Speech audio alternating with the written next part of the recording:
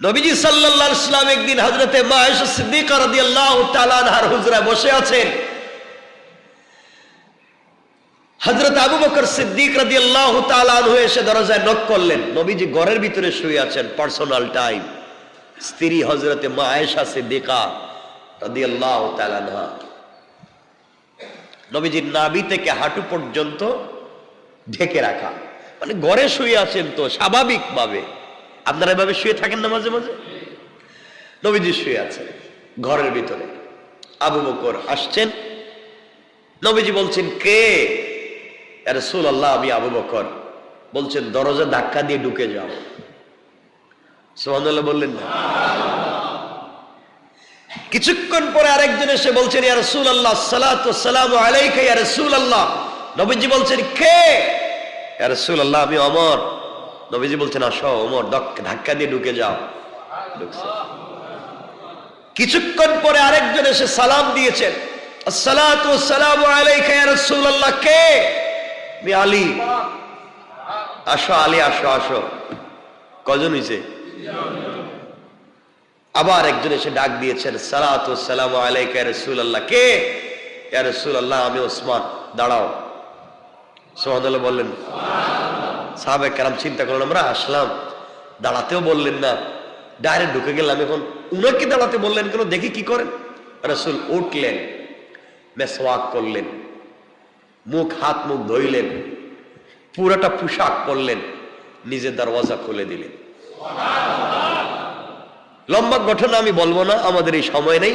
সবাই চলে যাওয়া, গল্প শেষ বা যে উদ্দেশ্যে আসা শেষ হয়ে যাওয়ার পরে তিনজনে মিলে একদিন উসমান হযরত রাসূল পাককে ধরছেন, ইয়া রাসূলুল্লাহ, আমাদেরকে যেভাবে বললেন আসো, আসলাম, কিন্তু ওসমান বলার পরে আপনি উঠলেন, পরিষ্কার হলেন, কাপড় পরলেন, এরপরে দরজা খুলে দিলেন, ব্যাপার কি? তিনি বললেন, তোমরা জানো না, ওসমান আমাকে এভাবে দেখুক আর আমি ওসমানকে এভাবে দেখি, এটা আমি লজ্জা পাই, কারণ তাকে দেখলে তো আল্লাহ লজ্জা পায়। আল্লাহু আকবার। ফেরেশতারা পর্যন্ত যাকে লজ্জা পায়, এমন একজন মানুষ আমার ঘরে আসছে যাকে আল্লাহ রাব্বুল ইজ্জত ওয়াল জালাল আমাকে বলে দিয়েছেন, ও পয়গম্বরে আরবি হাবিবুল্লাহ, দুইটা মেয়েকে বিয়ে দিয়েছে, তোমার আরো মেয়ে থাকলে আমি বলতাম ওসমানের কাছে বিয়ে দিয়ে দাও। সুবহানাল্লাহ বলেন না? তোমরা জানো না আমার ওসমানকে আল্লাহ কত ভালোবাসেন। এই ওসমান আলম্বা করছেন, ওসমান রাদিয়াল্লাহু তাআলা বসা, যার অ্যাকাউন্ট এখন পর্যন্ত সচল, 1450 বছর পরেও এখন ওসমান জিন্নুরাইনের অ্যাকাউন্ট সৌদি আরবে সচল আছে। সুবহানাল্লাহ। হযরত ওসমান গনি বসে আছেন, সাহাবীর কাছে একজন আসলেন, এসে বলছেন, ভাই আমার তো মেয়ের বিয়ে শাদী লাগছে, টাকা পয়সাও নাই, ঘরে 3 বেলার 1 বেলার খাবার নাই, কিছু টাকা পয়সা থাকলে দেন। তিনি বললেন, মেয়ের বিয়ে লাগছে, টাকা লাগবে, ঘরে খাবার নাই, টাকা লাগবে, এতটুকু টাকা দেওয়ার মতো আমার কাছে নাই, তুমি বলো এই মুহূর্তে তোমার পেটে খিদে লাগছে, আমি বলবো খায়া যাও, দেওয়ার মতো আর কিছু নেই। তাহলে কার কাছে যাব? যাও ওসমানের কাছে যাও। বেচারা সন্ধ্যার পর হযরত ওসমান রাদিয়াল্লাহু তাআলার বাড়িতে পৌঁছে গেছে, দেখলো একটা মিট মিট করে আলো জ্বলতেছে, মোমবাতির মতো, যেভাবেই হোক একটা আলো জ্বলতেছে। রাষ্ট্রের খলিফা, সুবহানাল্লাহ বললেন না? ঘরের ভিতরে ঠিক মতো আলো নাই, বসবার একটা চাটাই নাই, সুন্দর একটা জামা নাই, কিন্তু তিনি হচ্ছেন খলিফাতুল মুসলিমিন। যাওয়ার পরে সালাম দেওয়ার পরে জিজ্ঞাসা করলেন, ভাই কেন আসছো? খলিফাতুল মুসলিমিন, আমি আসছিলাম আমার কাজে। তিনি বললেন, রাষ্ট্রের কোনো কথা বলবেন না আপনার পার্সোনাল কোনো কথা বলবেন? আগন্তুক বলছেন, আমিরুল মুমিনিন, আমার ব্যক্তিগত কিছু বিষয় আপনার কাছে কথা বলতে চাই। তিনি লাইটটা নিভাইয়া দিলেন। সুবহানাল্লাহ বললেন না?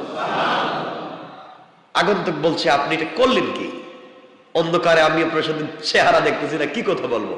তিনি বললেন, এই যে লাইট জ্বলতেছিল এতক্ষণ আলো, এই আলোটুকুন ছিল রাষ্ট্রের, রাষ্ট্রের তেল খরচ করে আমি বসে আছি, আপনার পার্সোনাল কথা শুনবার জন্য নয়। আল্লাহু আকবার বলে। 5 মিনিট একজন কথা বলবে, 1 পয়সার তেল জ্বলবে। সে কথাকে যারা আমানত মনে করেছে, আমানত আল্লাহ এই জন্য বলছেন আতুয়াদ্দুল আমানাত ইলা আহলিহা, আমি আমানত দিতে চেয়েছিলাম।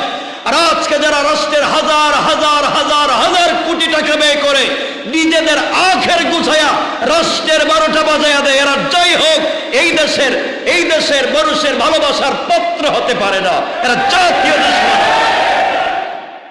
মনে রাখবেন একটা কথা, 1 মিনিটের জন্য কথা পর্যন্ত বলতে চাইলেন না, রাষ্ট্রের 1 পয়সার তেল জ্বালিয়ে নিভায় দিলেন, বলছেন এখন কথা বল অন্ধকারে। বেচারা বলছে হুজুর আর কথা বলার দরকার নেই, আমি যাই। কেন বলবা না কথা? কয় না, আমি কথা ভুলে গেছি। মনে মনে চিন্তা করছে যে এই লোকটা 1 পয়সার তেল জ্বালাইতে পারে না, ওর কাছে আমার মেয়ের বিয়ের কথা বললে আর কি দিব, যাই, চলে গেছে। বেচারার বলে নেই। আমি এখান থেকে যদি লম্বায় ঘটনা টানতে যাই, আমানত রক্ষা করতে কেন লাইট অফ করলেন? আর আজকে আমরা কি করতেছি, আমরা কি করে যাচ্ছি? আমার মুসলমান বন্ধুগণ, গভীর মনোযোগ। আল্লাহর পয়গম্বরের প্রিয় সাহাবী হযরত উসমান রাদিয়াল্লাহু তাআলা আনহুর কাছ থেকে এই লোকটা বিদায় নিয়ে আবার চলে আসলো। আগন্তুক আগের লোকের কাছে গিয়ে বলছেন, ভাই আপনি যার কাছে পাঠাইছিলেন তার কাছে বলবার কিছুই নাই। গিয়ে দেখলাম লোকটা তো অন্ধকারে বসে আছে, তার কাছে কথা বলবার সুযোগ কি, আর কথা বলে লাভ কি? তিনি বললেন আবার যাও, অথবা অন্যদিন যাও, তার কাছে গিয়ে নিজের কথাগুলা বলো, দেখো তোমাকে সহযোগিতা করতে পারে কিনা। আরেকদিন ওই লোকটা পৌঁছে গেল, যাওয়ার পরে দেখে খলিফাতুল মুসলিমিন আমিরুল মুমিনিন হযরত ওসমান রাদিয়াল্লাহু তাআলা আনহু নিজে ঘাটে বসে বসে, একটা কূপের কাছে বসে বসে নিজে কাপড়গুলা কাচতেছেন আর ধুইতেছেন। কোন সুবহানাল্লাহ। আগন্তুক চিন্তা করলো যে এই লোকটা খলিফাতুল মুসলিমিন, কাপড় কাচার জন্য একজন কর্মচারী নিযুক্ত করতে পারে না, টাকা খরচ হয়ে যাবে। এই লোকের কাছে নিজের কথা বললে তো কোনো উপকার হবে না।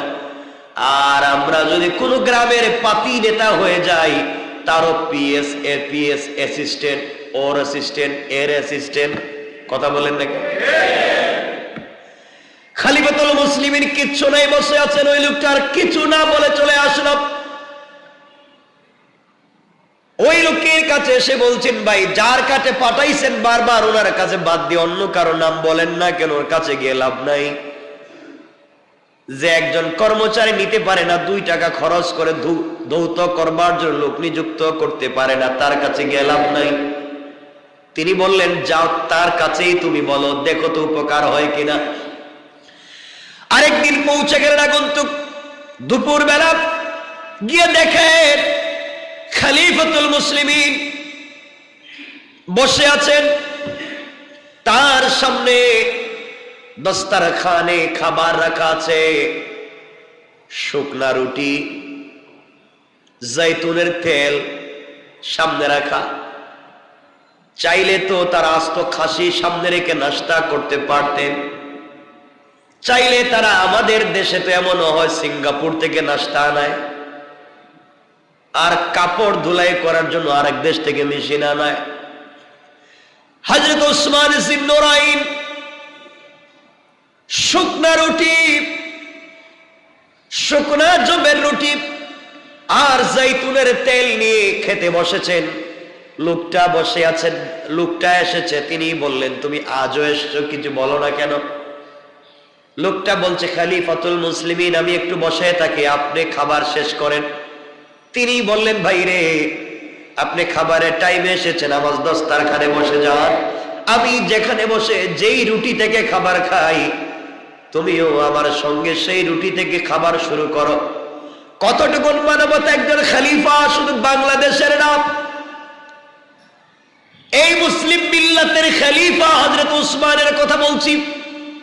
লোকটা বসে গিয়েছে, একই দস্তরখানে বসে একই রুটি থেকে খাবার খেতে শুরু করলেন। লোকটা তাকায় দেখে খলিফাতুল মুসলিমিন খাবার শেষ করবার পরে রুটির টুকরা, ছোট ছোট টুকরা গুলা পড়ে আছে। পড়ে না? ছোট ছোট টুকরা গোলাপ দস্তারখানের বিভিন্ন জায়গায় ছিটিয়ে পড়ে আছে। তিনি আঙ্গুলের মাথার মধ্যে এইভাবে একটু আঙ্গুলের মাথার মধ্যে পানি লাগাইয়া রুটির টুকরা গুলাকে আঙ্গুলের মাথায় নিয়ে তিনি খাবার খাচ্ছেন, মুছে মুছে খাচ্ছেন।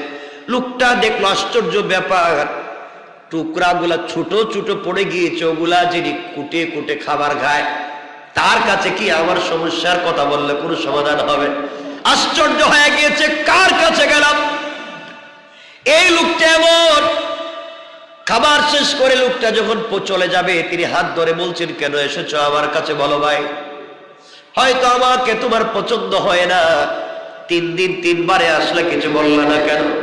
লোক ডাক দিয়ে বলছেন, ভাই ওসমান খলিফাতুল মুসলিমিন, আমি এসেছিলাম আমার মেয়ের বিয়ে, আমার অবস্থা বড় খারাপ, কেউ দেখে না, কিছু সহযোগিতার জন্য আমি বড় বিপদে, 3 দিন আসলাম, কিছু বললাম না। এক এক দিন এক এক অবস্থায় দেখেছি। প্রথম যেদিন আপনাকে দেখলাম আপনি তো লাইট অফ করে দিলেন, লজ্জায় কিছু বলি নাই। দ্বিতীয় দিন আমি দেখলাম আপনি নিজের হাতে কাপড় কাচতেছেন, কিছু বলি নাই। আজ তৃতীয় দিন এসে দেখলাম আপনি দস্তারখানে খুঁজে খুঁজে খাবার খান, শুকনা জবের রুটি আর জাইতুনের তেল খান, ওগুলা দিয়ে কিছু হয় নাকি? এই জন্য কিছু বলতে চাই না। তিনি বললেন, বাইরে যুদ্ধের ময়দানে সাহাবায়ে কেরাম আছেন, যুদ্ধের ময়দানে তারা বিজয় অর্জন করেছেন। ওই বিজয় অর্জন করে গানিমতের মাল নিয়ে যতগুলা উট আসতেছে, এই উটের সব থেকে সামনে সব থেকে একটা বড় উট আছে, ওই উটের পিঠে যতগুলা সামান আছে সবগুলা এই মুহূর্তে তোমাকে হাদিয়া করে দিলাম। আল্লাহু আকবার বলেন। আপনি আমাকে একটু মুস্কারা করতেছেন, ঢং করতেছেন। একটা উটের উপরে থাকবে কয়েক লক্ষ দিরহাম আর দিনারের খাবার আর সম্পত্তি। আমি আইছি কিছু টাকা, 5, 10, 20, 100 টাকা দিলে চলবে, আপনি এত কিছু দিবেন আমাকে? বলছে, আমি মুখ দিয়ে বলছি তুমি নিয়ে যাও।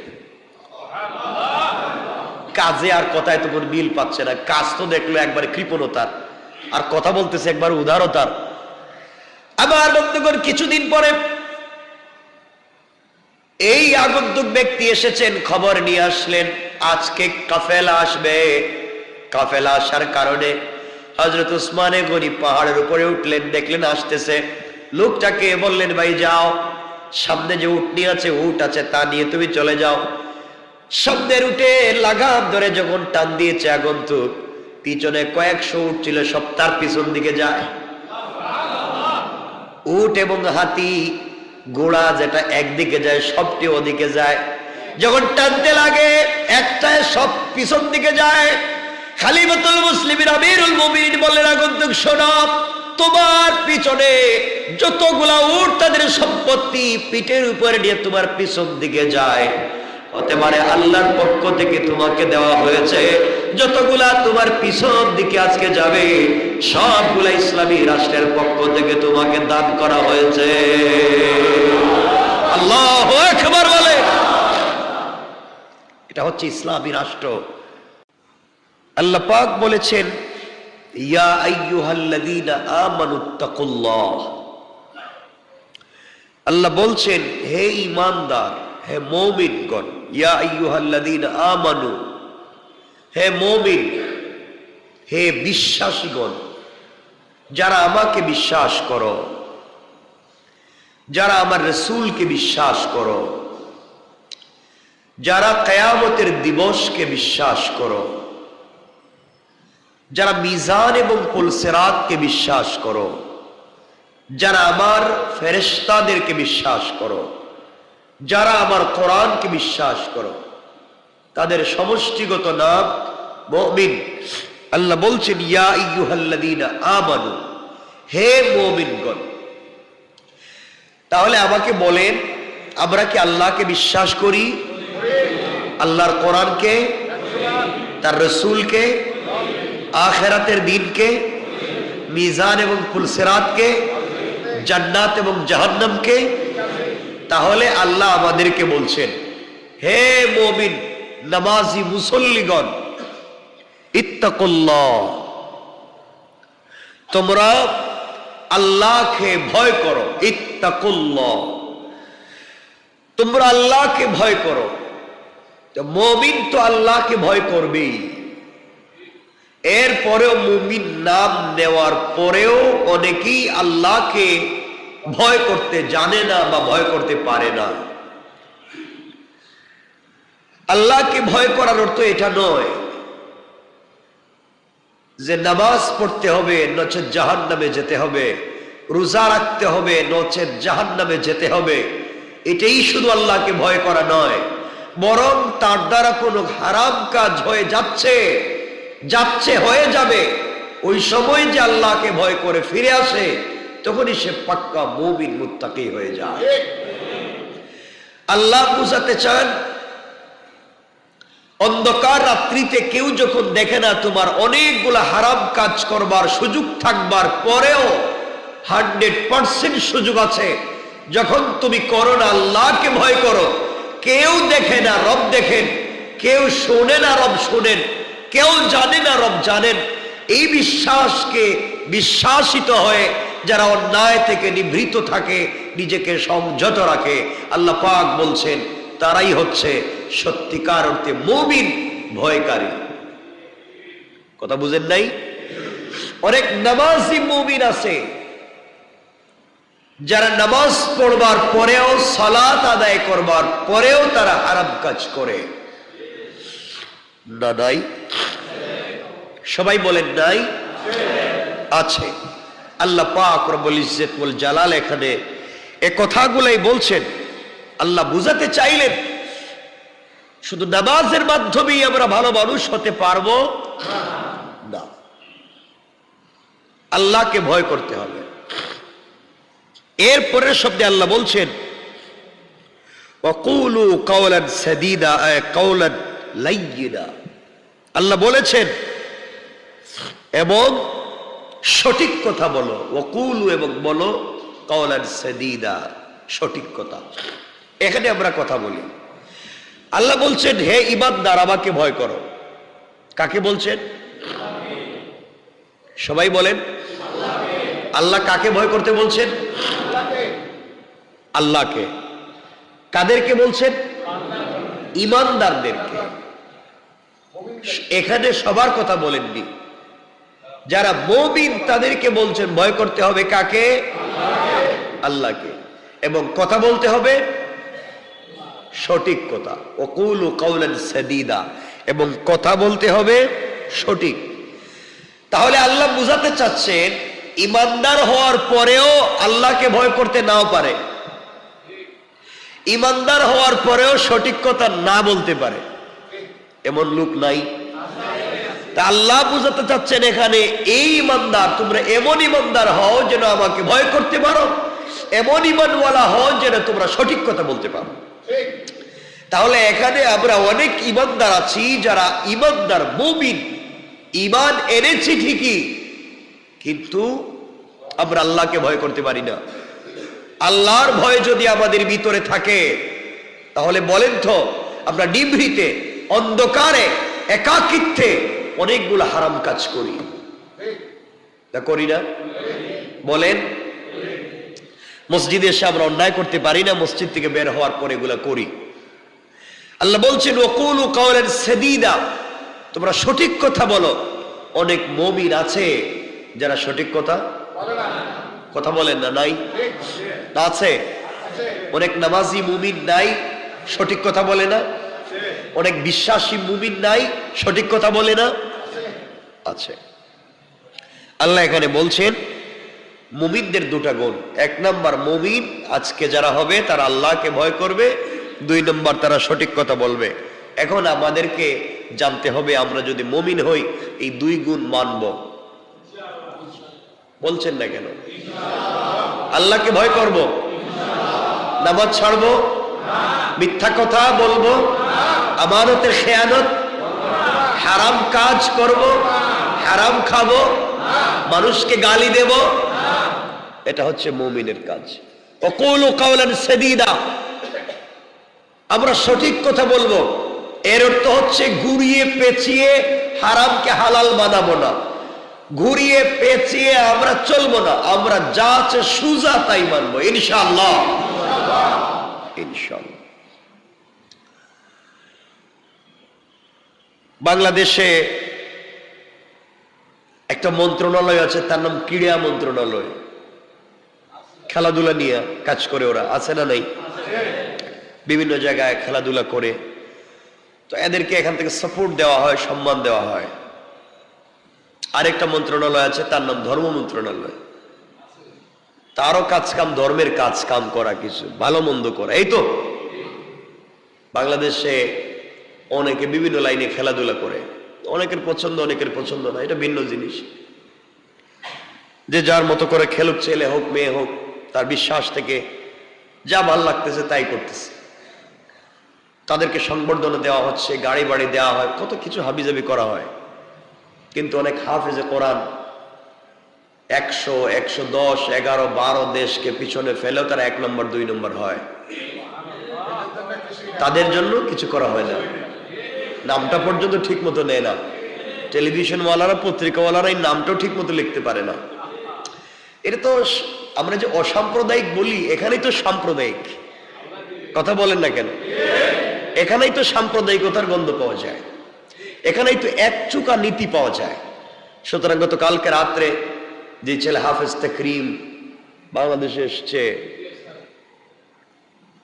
এই মানুষগুলাকে, মানব সম্পদ গুলাকে, যারা কোরআনের সোনালী দিন গুলাকে মানুষের কাছে পৌঁছে দিচ্ছে, তাদেরকেও সম্মান জানানো সকলের, সকল ধর্মের, সকল মানুষের আমি বলি নৈতিক দায়িত্ব। এই জন্য এটা ঘুরিয়ে পেঁচিয়ে কথা বলার কোনো সুযোগ নেই, যা আছে সোজা সোজা বলতে হবে। কথা বলেন না কেন? এতটুকুন বললাম। এরপরের শব্দে আল্লাহ রাব্বুল ইজ্জত ওয়াল জালাল বললেন, ইউসলিহ লাকুম আ'মালাকুম ওয়া ইয়াগফির লাকুম যুনুবাকুম ওয়া মান ইউতি'ইল্লাহ ওয়া রাসূলাহু ফাকাদ ফাযা ফাওজান আযীমা। আল্লাহ এর পরের আয়াতে বলছেন, তিনি তোমাদের আমল আচরণ সংশোধন করবেন। আল্লাহ বলছেন ইউসলিহ লাকুম আ'মালাকুম, তিনি তোমাদের আমল এবং আচরণকে সংশোধন করবেন। কে? সবাই বলেন আল্লাহ বলছেন ইউসলিহ লাকুম, তিনি তোমাদেরকে সংশোধন করবেন আমল এবং আচরণ। আমল এবং আচরণ, আমল এবং আমাদের ব্যবহারকে সংশোধন করবেন। আমলের মধ্যে যদি কোনো ঘাটতি থাকে তাহলে কি করবেন? বলেন না কেন? আমাদের আমলে যদি কোনো ঘাটতি থাকে সংশোধন করবেন কে? আমাদের আচরণে যদি কোনো ঘাটতি থাকে সংশোধন করবেন কে? শর্ত হচ্ছে দুটা। প্রথমে বলেছেন ঈমানের সাথে সাথে ভয় করতে হবে, ঈমানের সাথে সাথে সঠিক কথা বলতে হবে। ঈমানের সাথে সাথে যদি আল্লাহকে পরিপূর্ণ ভয় করি, ঈমানের সাথে সাথে যদি আমরা পরিপূর্ণ সঠিক কথা বলি, আল্লাহ বলছেন এই পরিপূর্ণ ভয় করবার পরেও, পরিপূর্ণ সঠিক কথা বলবার পরেও, সঠিক পথে চলবার পরেও যদি তোমাদের আমলে কোনো অন্যায় থেকে থাকে, যদি তোমাদের ব্যবহার এবং আচরণে কোনো অন্যায় থেকে থাকে, আল্লাহ বলছেন তার দায়িত্বে তিনি সংশোধন করে দেবেন। দায়িত্ব নিয়েছেন কে? আমাদের চেষ্টা করার, দায়িত্ব নেওয়ার দরকার নেই। আল্লাহ বলছেন তোমাদের কাজ আমাকে ভয় করা, তোমাদের কাজ সঠিক কথা বলা। এই দায়িত্ব তোমাদের, আর সংশোধনের দায়িত্ব আমার। পড়েন সুবহানাল্লাহ। কথাগুলা বুঝবেন। আল্লাহ বলছেন তিনি সংশোধন করে দেবেন আমাদের আমল। আমাদের সংশোধন কেমনে করবেন? আমলে নামাজে ভুল ছিল, তেলাওয়াতে ভুল ছিল, রুকু সেজদায় ভুল ছিল, পা ঠিক মতো থাকতো না, হাত জায়গা মতো যাইতো না, হাত কান পর্যন্ত ঠিক মতো উঠতো না, রুকু সেজদা ঠিক মতো হতো না। এই আমাদের আমলে ভুল না ভুল নাই? ঘাটতি না ঘাটতি নাই? ঘাটতি। আল্লাহ বলছেন এটা আমি সংশোধন করে দেব। তাহলে বোঝা গেল অনেকে আমাদের নামাজ ঠিক মতো হচ্ছে না, আল্লাহ বলছেন আমার দায়িত্বে সংশোধন করে দিল। এরপরে বলছেন আচরণ। ছোটরা মুরব্বীদের সাথে ভালো ব্যবহার করবার কথা ছিল, ভুলে অনেক আচরণ খারাপ হয়ে গিয়েছে। বড়রা ছোটদের সাথে চমৎকার স্নেহের আচরণ করার কথা ছিল, এখানে অন্যায় হয়ে গিয়েছে। আলেমদের সাথে ভালো ব্যবহার করার কথা ছিল, সেখানে ঘাটতি হয়েছে। আল্লাহ বলছেন তোমরা আমাকে ভয় করো, সঠিক কথা বলো, এই ঘাটতি গুলাকে সংশোধন আমি করে দেব। আর কি চান? আমল সংশোধন, আচরণও, দুটো পাইলেন। এরপরে আল্লাহ বলছেন এতটুকু নাকি আপনারা খুশি? আপনারা তো জানেন না খুশি, কিচ্ছু বলছেন না, একটু বলেন না আমাকে, খুশি না খুশি নাই? আল্লাহ বলছেন তিনি খুশি না, তিনি খুশি হয়ে আরো দিতে চান।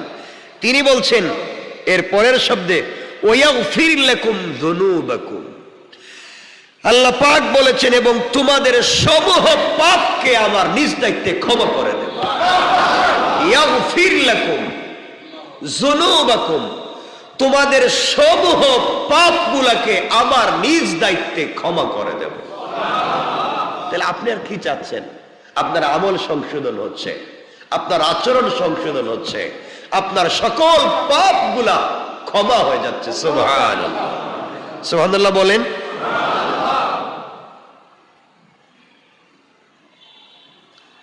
এরপর আল্লাহ রাব্বুল ইজ্জত ওয়াল জালাল বলছেন, পরের শব্দ সুন্দর করে বলছেন, ওয়ামান ইউতিইল্লাহ ওয়া রাসূলহু ফাকাদ ফাযা ফাওজান আযীমা। এরপর আল্লাহ বলছেন আল্লাহ এবং তার রাসূলের আনুগত্য করবে যে কেউ, সে অবশ্যই মহা সাফল্য অর্জন করতে পারবে। তাহলে আল্লাহ বললেন যারা আল্লাহকে ভয় করবে, কথাগুলো বুঝবেন, যারা আল্লাহকে ভয় করবে, যারা আল্লাহকে ভয় করবে এবং যারা সঠিক কথা বলবে, এই দুই কাজ যারা করবে আল্লাহ বলছেন এক নম্বরে তাদের আমলকে সংশোধন করে দেবেন, দুই নম্বর তাদের আচরণকে সংশোধন করে দেবেন, তিন নম্বর তাদের সমূহ পাপ গুলাকে ক্ষমা করে দিবেন। সুবহানাল্লাহ বলেন না।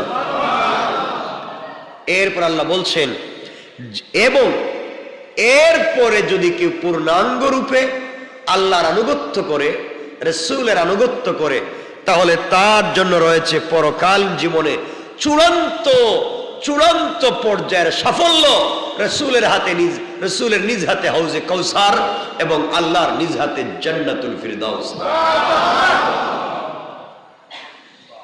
এতগুলা কাজ আল্লাহ করে দিচ্ছেন, শুধুমাত্র আমরা সোজা করব আমাদের কথা, আমরা চলবো আল্লাহকে ভয় করে। দু জিনিস আল্লাহ ভালো করে জানেন, ভয়ের নাম করে আমরা আল্লাহকে ভয় করি না। আল্লাহ ভালো করেই জানেন, সত্য কথা বলার নাম করে আমরা ঘুরিয়ে পেঁচিয়ে বলি। কয় কাজ হলো? কয়টা করব আমরা? এক নাম্বার, সবাই বলেন আল্লাহকে। তাহলে আসরের নামাজে কি ফজরের মতো লোক আসে? আসে? জুমার মতো কি মাগরিবের নামাজে থাকে? কেন কেন থাকে না? আল্লাহকে যে বলেন আল্লাহকে ভয় করবার মতো করতে হবে, তা আমরা তো করি না। আপনারা বলেন কেউ মারা গেলে তার বাড়িতে 3 দিন 10 দিন 7 দিন 40 দিনে খাবার খাওয়ানো হয়, ওখানে যত মানুষ জমা হয়, জোহরের পরে যদি দাওয়াত থাকে সেন্টারে, ওই মৃত মানুষের বাড়িতে খাওয়ার জন্য যত লোক জমা হয়, এর আগের ওয়াক্তের নামাজে কি এত লোক থাকে মসজিদে? বলেন, থাকে না। মৃত বাড়িতে খাওয়ার নাম করে এমন লোক আছে যারা বাবার, যারা মায়ের ঔষধের চিকিৎসার ঔষধ পর্যন্ত দেয় না, ভালো চিকিৎসার ব্যবস্থা করে না, ভালো একটা শার্ট, ভালো একটা লুঙ্গি গেঞ্জি কিনে দেয় না, মাসে একদিন ভালো খাবার দেয় না। এই লোকটাই মা বাপ মারা যাওয়ার পরে 1000 লোককে খাওয়াবার জন্য ঋণ করে হলেও টাকা জমা করে। কথা বলেন না কেন? করে। গরিবকে খাওয়ানোর নাম করে সব ধনী মানুষরাই তার ঘরে বসার জায়গা পায়, আর যারা খাওয়ার কথা ছিল এরা রাস্তায়ও জায়গা পায় না। কথা বলেন না কেন? তাহলে মনে রাখবেন, আল্লাহ বলছেন আল্লাহকে ভয় করবার মতোই করতে হবে। এক নম্বরে ভয় করতে হবে আল্লাহকে, দুই নম্বরে কথা বলতে হবে সঠিক কথা বলতে হবে। আমরা আজকের থেকে সঠিক কথা বলা শুরু করি, দেখবেন সমাজের অর্ধেক সমস্যার সমাধান হয়ে যাবে, সমাজে অর্ধেক ফিতনা দূর হয়ে যাবে যদি আমরা সঠিক কথা বলতে পারি। আমরা যারা এখানে বসছি, আপনারা নিজেরাই চিন্তা করেন, চলার পথে কোন দিন কোন জায়গায় সঠিক কথা কতটুকু বলেছেন, দেখবেন পাবেন না। আপনি ঘুরিয়ে পেঁচিয়ে বলেছেন, বিপদে পড়ে যেমন দিকে চলে গেছেন, এগুলো হয় নাই? আচ্ছা, এরপর আল্লাহ বলছেন, বান্দা কথাগুলো বুঝেন, আমি তোমাদেরকে এত বড় জিনিস দিলাম, শুধু আমাকে ভয় কর, সঠিক কথাটা বল, আমি তোদের সবকিছু করে দিচ্ছি। আর চূড়ান্ত ফয়সালা এবং চূড়ান্ত সাফল্য অর্জনের জন্য আমার এবং রাসূলের আনুগত্য করো। এই কথাগুলো বলবার পরে আল্লাহ বলছেন, তোমরা তো অনেক শক্ত জাতি, তোমরা তো ভয় পাওয়ার জাতি না, তোমরা তো বেঈমান হওয়ার জাতি না, তাহলে তোমরা কেন ভয় পাচ্ছ? আল্লাহ পাক এর পরের আয়াতগুলোতে বলছেন, এরপরের আয়াতে আল্লাহ বললেন, ইন্না আরাদনাল আমানাতা আলাস সামাওয়াতি ওয়াল আরদি ওয়াল জিবাল। আল্লাহ রাব্বুল ইজ্জত ওয়াল জালাল বললেন, বান্দা দুনিয়ার জমিনে আমি আল্লাহ কোরআনকে দেওয়ার জন্য আমি আকাশ এবং পর্বত সমূহের সামনে আমানত পেশ করলাম। আমি আল্লাহ কোরআনকে দেওয়ার জন্য আকাশের কাছে বলছি, আসমান রে। আল্লাহ রাব্বুল ইজ্জত ওয়াল জালাল বললেন, আমি আকাশ, পৃথিবী এবং পর্বতমালার সামনে আমানত পেশ করলাম। এক নম্বরে আল্লাহ বলেন, আমি আসমানের কাছে আমানত পেশ করলাম। দুই নম্বরে বলছেন, আমি পৃথিবীর কাছে আমানত পেশ করলাম। তিন নম্বরে বলছেন, আমি পর্বতমালার কাছে আমানত পেশ করলাম। অতঃপর তারা তা বহন করতে অস্বীকৃতি জানালো। আল্লাহ বললেন, বান্দারে আমি আল্লাহ জি আমানত দিতে চাইলাম, ওই আমানতটুকুন তো আসমান নিতে চাইল না, ওই আমানত পৃথিবী বহন করতে চাইল না, ওই আমানত পর্বতমালা বহন করতে চাইল না, তারা অস্বীকার করলো এবং ভীত হয়ে গেল। কি হয়ে গেল? আল্লাহ বললেন, তারা ভীত হয়ে শুধু যায়নি, ফাআবাইনা আইয়াহমিলনাহা ওয়া আশফাকনা মিনহা ওয়া হামালাহাল ইনসান ইন্নাহু কানা যালুমান জাহুলা। আল্লাহ রাব্বুল ইজ্জত ওয়াল জালাল বললেন, কিন্তু মানুষ এমন এক জাতি যা আসমান বহন করতে পারল না, জমিন বহন করতে পারল না, পর্বতমালা বহন করতে পারল না, ভয় পেয়ে গেল, এটা নিতে পারবো না। কিন্তু মানুষ এমন এক জাতি, তা অস্বীকার তো করলো না, দেওয়ার সাথে সাথে গ্রহণ করে নিল। কোন সুবহানাল্লাহ।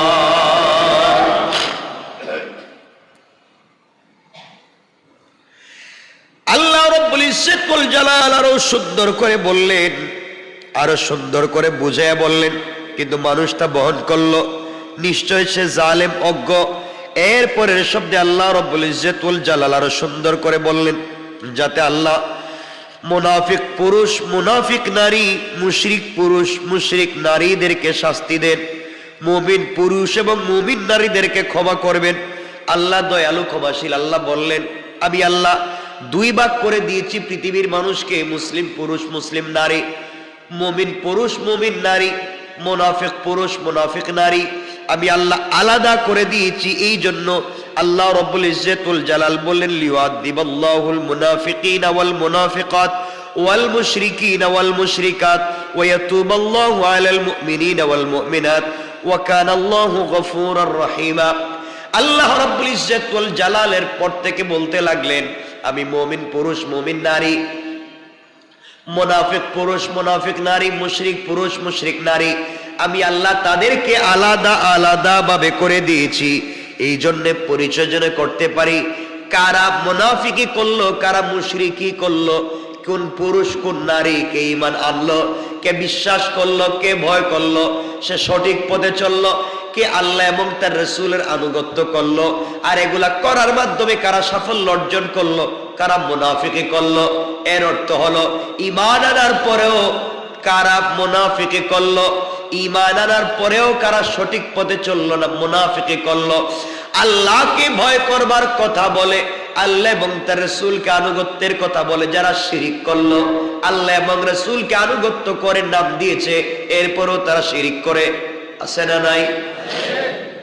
আল্লাহ বললেন এর মাধ্যমে, আমানতের মাধ্যমে আমি আল্লাহ তাদেরকে পরীক্ষা করলাম, আলাদা করে দিলাম কারা মুমিন, কারা মুনাফিক, কারা পুরুষ, কারা নারী। আল্লাহ রাব্বুল ইজ্জত ওয়াল জালাল এরপরে বললেন ওয়া কানা আল্লাহু গফুরুর রহিমা। আল্লাহ পাক রব্বুল ইজ্জত ওয়াল জালাল বললেন তিনি মুমিন পুরুষ এবং মুমিন নারীদেরকে ক্ষমা করে দিবেন। আল্লাহ ক্ষমাশীল।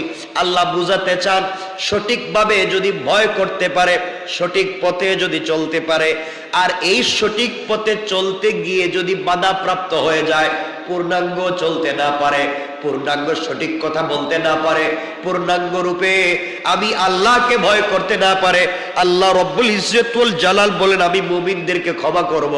1 নাম্বার তাদের আমলকে সংশোধন করে দেব, 2 নাম্বার তাদের আচরণকে সংশোধন করে দেব, 3 নাম্বার তাদের সমূহ পাপগুলাকে ক্ষমা করে দেব।